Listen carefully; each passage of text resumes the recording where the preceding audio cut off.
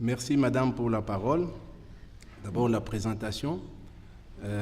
Balthazar Ngoïfiama, je suis professeur de psychologie à la faculté de psychologie et sciences de l'éducation de l'université de Lubumbashi. Et ma fille Irène Ngoïfiama est master en communication sociale et travail. Elle est correspondante du magazine Francophonie Actualité à Bruxelles. Et notre projet, nous allons donc, le titre de notre exposé s'intitule « Projet d'éducation au développement durable dans les écoles, instituts et universités de la province du Katanga en République démocratique du Congo ». La République démocratique du Congo, comme vous le savez, est située en Afrique centrale, ex-Zaïre, Congo belge, du Rwanda-Burundi, Zaïre, maintenant République démocratique du Congo. Et la province du Katanga est située au sud de la République démocratique du Congo. Elle fut et est encore aujourd'hui le poumon économique du pays, de la République démocratique du Congo. Dans cette province se déroulent depuis longtemps des activités extractives de l'industrie extractive minière. Et cette industrie extractive minière était dominée depuis les temps colonial jusque vers les années 90 par l'Union minière du Haut-Katanga, devenue aujourd'hui la Générale congolaise des mines, GECAMINE en sigle. Et cette entreprise ayant connu des difficultés, elle travaille maintenant à joint venture avec des entreprises d'extraction minière étrangères, américaines, chinoises, indiennes, australiennes, etc. Alors beaucoup de ces petites entreprises qui travaillent dans la province du Katanga, en fait, sont venues pour contribuer à l'économie, au développement économique du pays, mais elles contribuent également à la pollution de l'environnement. Elles contribuent à la dégradation de l'environnement physique. Et il y a beaucoup de maladies qui sont engendrées par les activités de ces entreprises minières et qui polluent l'eau, les rivières, qui polluent également l'atmosphère. On a signalé à Lubumbashi des cas de naissance des enfants avec des malformations et qui sont dus justement à la contamination de l'environnement. Notre exposé va tourner autour de quelques points. D'abord, la représentation du développement, la représentation du Sud du développement durable.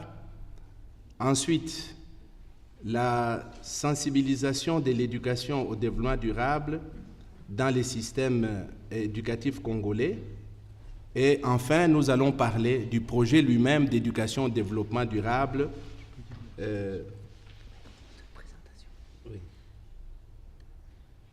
Voilà.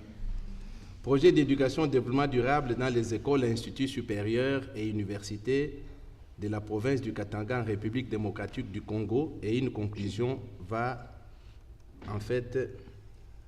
Alors, dans cette représentation du Sud au développement durable, nous avions prévu un point sur l'évolution de la notion de développement, émergence des nouvelles problématiques dans les relations Nord-Sud.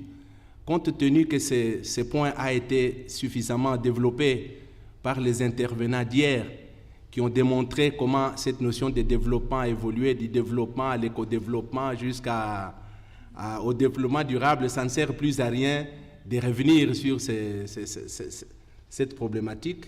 C'est ainsi que nous allons passer directement à l'évolution de la notion du développement, non, plutôt à la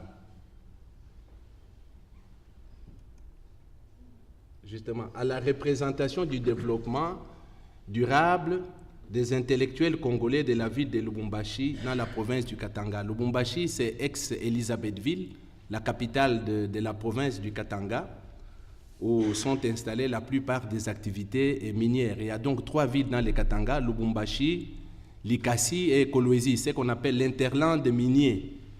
C'est depuis les temps coloniaux. Alors, comme nous avions reçu l'appel à la communication sur les représentations nord-sud du développement durable, nous avons mené une enquête auprès des intellectuels. Auprès des intellectuels, d'abord de l'Institut supérieur pédagogique de Lubumbashi, où nous sommes également professeurs, et cet institut, nous l'avons dirigé pendant 15 ans. Cet institut avait organisé au mois de mai 2012 des journées scientifiques portant sur les relations entre l'Institut supérieur pédagogique et son environnement. Donc c'est au cours de, de cela, et bien sûr aussi lors de notre cours des techniques de communication pédagogique à l'Institut supérieur des statistiques, nous avons pu interroger une trentaine d'intellectuels de deux établissements, c'est-à-dire des enseignants, des étudiants. Et notre échantillon, qui n'est pas un échantillon représentatif, qui est un échantillon occasionnel, comprenait 30 personnes, dont 20 de l'Institut supérieur des statistiques et 10 de l'Institut supérieur pédagogique de Lubumbashi. Et si je peux revenir en arrière pour montrer un peu le... Oui. Ici. Oui, voilà. Donc, la notion du développement, nous avons posé la question à certains intellectuels sur les connotations du développement durable. Qu'est-ce qu'ils pensaient du développement durable? Et au vu de leurs réponses, nous avons essayé de faire une analyse de contenu en essayant de mettre leurs réponses dans des catégories qui ont été en fait données par l'appel à communication, qui a donné deux connotations du développement durable, une connotation écologique de protection de la nature et une connotation socio-économique de lutte contre la pauvreté. Alors, les résultats sont les suivants. Selon les fréquences des réponses, la connotation écologique de protection de la nature recueille 7 fréquences et la connotation socio-économique de lutte contre la pauvreté, 15 fréquences. Les avis partagés, c'est aussi une troisième catégorie, 8 fréquences. Donc, nous avons à peu près 50% des réponses qui montrent que la représentation de ces intellectuels avait une connotation socio-économique de lutte contre la pauvreté, 26% des avis partagés et 23% des réponses qui montrent que les représentations avaient connotation écologique de protection de la nature. Alors, pour nous, ce n'est pas tout à fait étonnant que la plupart de ces intellectuels se représentent les développements durables avec une connotation de lutte contre la pauvreté. Et on l'a dit dans les exposés précédents, ce qui compte d'abord pour les gens, c'est satisfaire les besoins primaires. C'est ainsi que beaucoup d'intellectuels, même s'ils savent que les entreprises minières, toutes sortes d'actions qui sont posées pour le développement économique, ont des actions négatives sur le développement, mais ils ne protestent pas parce qu'ils savent qu'ils vont être engagés dans ces entreprises et qu'ils auront un salaire beaucoup plus important que celui donné par l'État. Et en interprétant ces données, j'ai fait appel à la théorie des besoins d'Abraham Maslow, la pyramide de besoins, qui dit que l'homme cherche toujours à satisfaire les besoins de l'étage inférieur avant de chercher à satisfaire les besoins de l'étage supérieur. Donc la pyramide de besoins de Maslow comprend 5 étages, les besoins physiologiques au premier niveau, les besoins de sécurité, le besoin d'association, le besoin d'estime et au dernier niveau, le besoin de réalisation de soi. C'est comme ça qu'en tant que psychologue, j'ai essayé de comprendre pourquoi la plupart des intellectuels sur lesquels nous avons enquêté estiment que les questions du développement durable se réduisent à lutter pour les manger, à lutter pour supprimer la pauvreté. Alors, c'est cette discussion que nous avons faite. Alors, nous avons dit que pour ces projets que nous élaborons, en fait, les résultats montrent qu'effectivement, il y a beaucoup d'intellectuels qui estiment que la notion du développement durable a une connotation de lutte contre la pauvreté, mais il y a également des gens qui avaient un avis partagé. Nous nous sommes dit, dans les projets que nous allons élaborer, il faut donc intégrer les deux aspects. Et que pour cela, il ne faut pas, non seulement comme nous le pensions, que ce projet-là vise à intégrer uniquement cette notion dans les systèmes éducatifs, mais qu'il faut également sensibiliser toutes les couches de la population. C'est pour cette raison que nous avons trouvé nécessaire d'intégrer dans les projets des communicateurs. Et nous avons pensé à notre fille, mademoiselle Irène, qui est journaliste et qui va vous parler dans quelques minutes du rôle que les médias doivent jouer dans ces projets de sensibilisation à l'éducation au développement durable. Je vais lui passer la parole.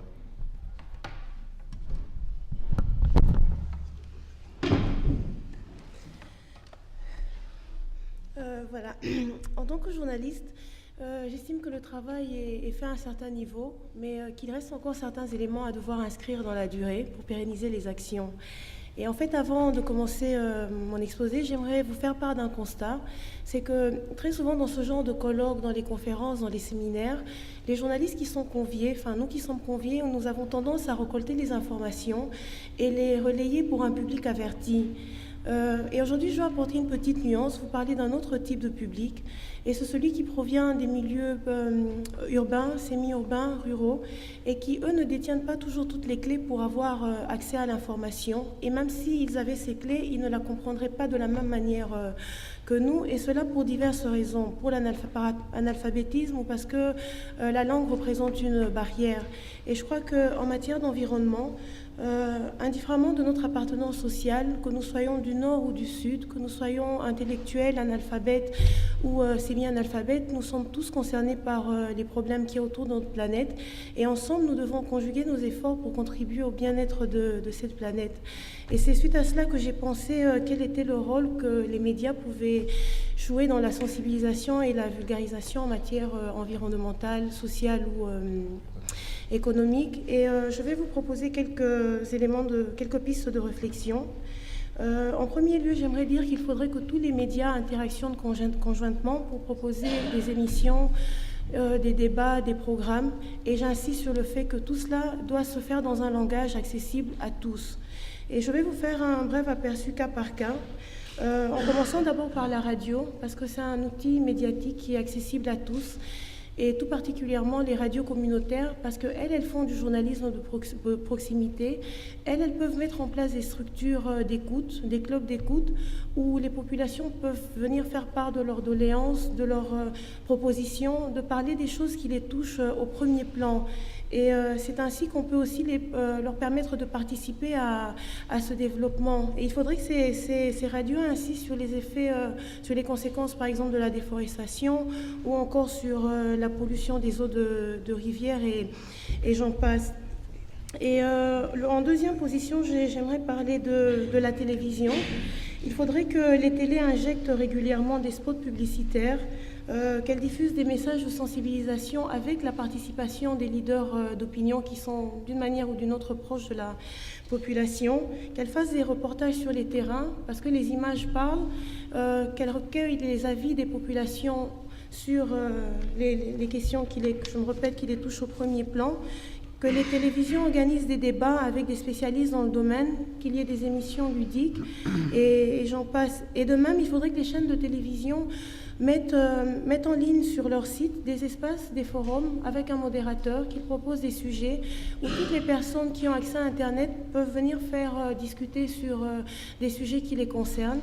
Et ça pourra permettre aussi, ça pourra servir de support pour alimenter les programmes, les émissions des télévisions et des radios.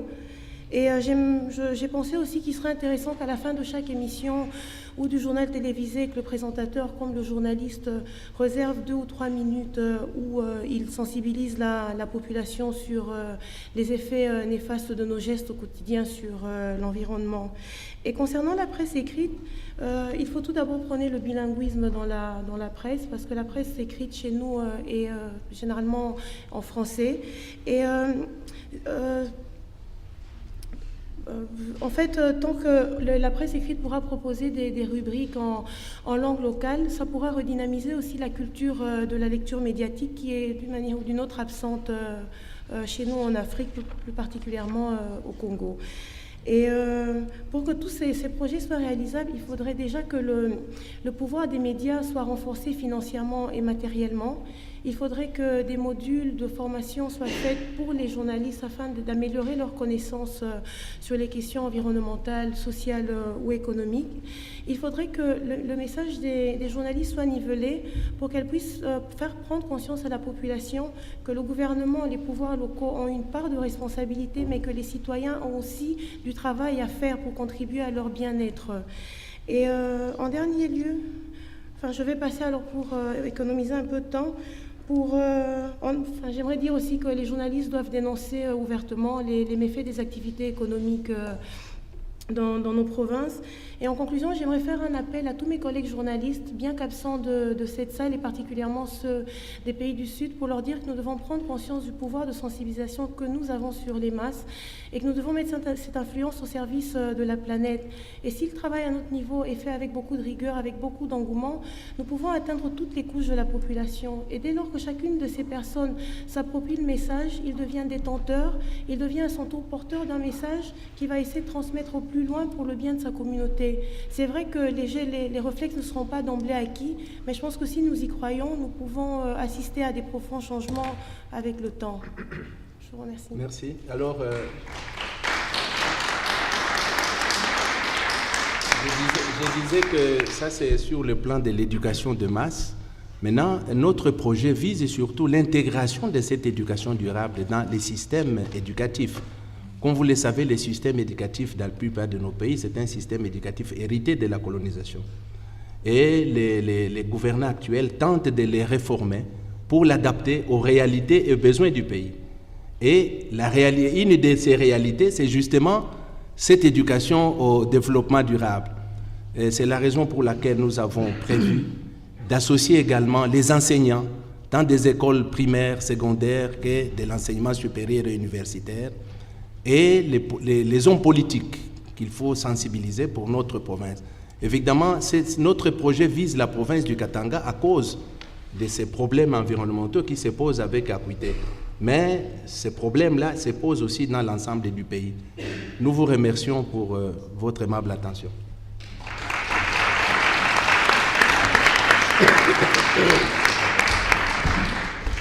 Alors, merci beaucoup à vous deux pour ces propos inspirants. On n'entend malheureusement pas suffisamment souvent les gens préoccupés d'éducation du public, d'éducation populaire à travers les médias et qui ont un rôle tellement important. Alors, merci pour vos propos. Nous entendons maintenant Caroline Schreiber et François Plazy de l'IUFM de Grenoble. Tu l'as mis où? Quoi? Tu l'as mis sur le bureau. Ah, mais tu l'as fermé? Oui, il est fermé. Puisque oui, j'ai rendu ma clé.